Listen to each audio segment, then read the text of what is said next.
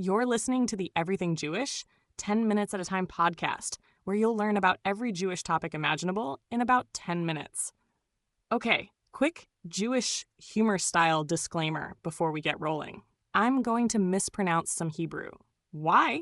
Because my voice is AI-generated, and sometimes Hebrew words come out sounding like a GPS that doesn't know how to handle street names in Jerusalem. So, no offense to the language police, blame the software. With that said, today's topic is the Book of Ruth. And let me tell you, this book is short, sweet, and powerful, like the literary equivalent of an espresso shot. Only 4 chapters, yet it's packed with romance, loyalty, drama, and even a little genealogy that'll make you say, oh, so that's where King David came from. If you're picturing some dusty scroll that only rabbis get excited about, think again. This is the OG rom-com of the Hebrew Bible, complete with loss, redemption, and a happily ever after that sets the stage for Jewish history. Buckle up, it's story time. So let's set the scene. The story begins in Bethlehem, but this is no Hallmark movie yet. It starts with famine. Elimelech and his wife Naomi pack their bags and move to Moab, kind of like a family relocating for a job that turns out to be less promotion and more disaster. Tragedy strikes quickly. Elimelech dies, leaving Naomi a widow. But it gets worse. Her 2 sons marry Moabite women, Orpah and Ruth, and then both sons die too. Talk about binge-watching sorrow. Naomi is left with her daughters-in-law, and in ancient times, widows without male relatives were basically left without financial security or social safety nets. So Naomi decides to head back to Bethlehem after hearing that the famine has lifted. This is the setup for one of the most famous lines of loyalty in all of literature, and it's not from Shakespeare. It's from Ruth. What's about to unfold is less about tragedy and more about fierce, steadfast love. When Naomi urges her daughters-in-law to stay behind in Moab and rebuild their lives, Orpah kisses her goodbye. Fun trivia, the name Orpah actually inspired Oprah Winfrey's name. No joke. Ruth, however, clings to Naomi and gives the iconic speech. Where you go, I will go. Where you lodge, I will lodge. Your people will be my people, and your God my God. Honestly, it's the kind of vow that would go viral on TikTok if it were filmed today. Ruth chooses Naomi's family, faith, and future over her own. This isn't just Hallmark loyalty. This is bold independence in a world that didn't usually give women starring roles. By making this choice, Ruth transforms from a foreign outsider into one of the most beloved figures in Jewish tradition. Her devotion to Naomi sets the entire story in motion. If you've ever had that one friend who sticks with you through thick, thin, and questionable takeout food, you get Ruth's vibe. So Naomi and Ruth stroll back into Bethlehem and people are like, "Hey Naomi, welcome back." Naomi, still grieving, replies, "Don't call me Naomi," which means pleasant. "Call me Mara," which means bitter. Talk about a mood. Meanwhile, Ruth jumps right into problem-solving mode. She heads out to glean in the fields, which was the ancient version of a social welfare program. Farmers were commanded to leave the corners of their fields for the poor and the stranger. So Ruth is basically doing DoorDash for herself and Naomi, picking up leftovers. And who owns the field she just so happens to be gleaning in? A wealthy, kind relative of Naomi's late husband named Boaz. Boaz is like the local good guy with good Yelp reviews. He notices Ruth working hard, asks about her, and goes out of his way to ensure she's protected and provided for. Cue the background music. We've just met the romantic lead. Here's where it gets juicy. Ruth tells Naomi about meeting Boaz, and Naomi's inner matchmaker immediately lights up. Think Jewish grandma energy. He's a relative, he's single, and he's rich. Mazel tov. Naomi instructs Ruth to wash, put on her best outfit, and head to the threshing floor where Boaz will be working late. This is not as sketchy as it sounds, but it's still bold. Ruth waits until Boaz falls asleep, then lies down at his feet. When he wakes up startled, she doesn't play coy. She basically says, "Marry me." The Hebrew phrase is literally "spread your cloak over me," a poetic way of asking for protection and marriage. Boaz is impressed by her courage and kindness, saying she's shown even greater loyalty now than before. But there's a catch. Another relative is technically first in line to redeem Naomi's land and marry Ruth. Boaz, ever the mensch, promises to handle it properly.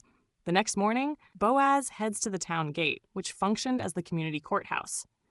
He gathers the elders and the nearer relative, who at first agrees to redeem the land. But then Boaz mentions the fine print. Redeeming the land also means marrying Ruth, the Moabite widow. Suddenly, Mr. Relative backs out faster than seeing terms and conditions longer than a CVS receipt. He doesn't want to risk complicating his inheritance. So Boaz steps up, declares his intention to marry Ruth, and the elders bless the union. It's official. Ruth goes from a poor foreign widow to the wife of a respected, wealthy man. More importantly, she's embraced into the Israelite community. In Jewish tradition, this moment is often highlighted as a model of inclusion. Ruth, the outsider, becomes a central ancestor in Jewish history. And let's be real, it's also a happily ever after ending, straight out of a fairy tale. But the story doesn't stop at romance. Ruth and Boaz have a son named Obed. Naomi, who began the story calling herself bitter, now holds her grandson with joy. The women of Bethlehem celebrate that Naomi's life is restored through Ruth's loyalty and God's kindness. And then the kicker. Obed becomes the grandfather of King David. Yep, that King David, slayer of Goliath, writer of Psalms, founder of the dynasty that Jewish tradition ties to the future Messiah. So Ruth, the Moabite widow who clung to her mother-in-law, becomes the great-grandmother of Israel's greatest king. That's some serious legacy building. It's like finding out your grandma's old recipe box contains the original formula for Coca-Cola.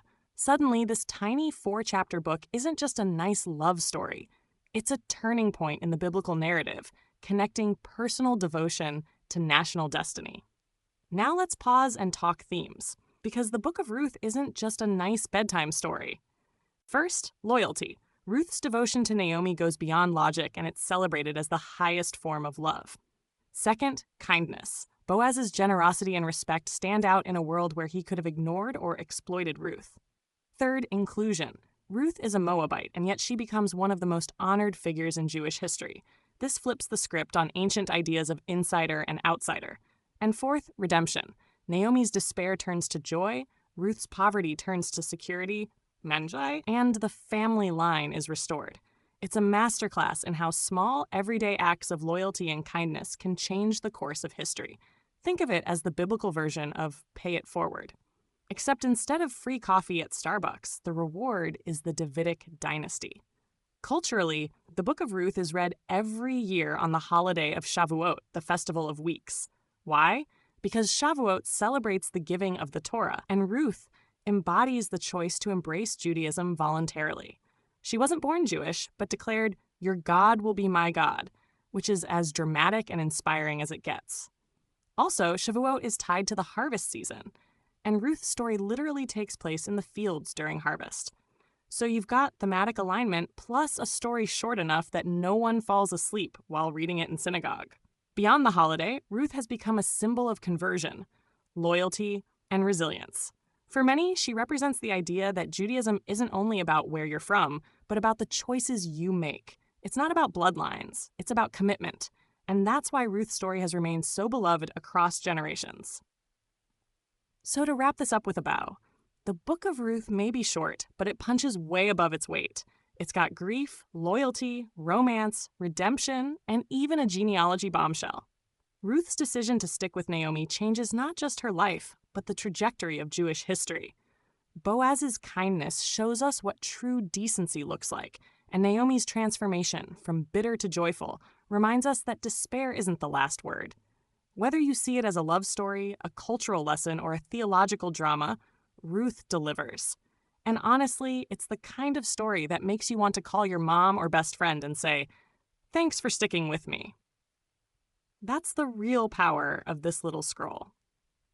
Thanks for listening to the Everything Jewish 10 Minutes at a Time podcast. If you enjoyed this episode, please forward it to a friend who might like it too, or leave a positive review so others can find the podcast.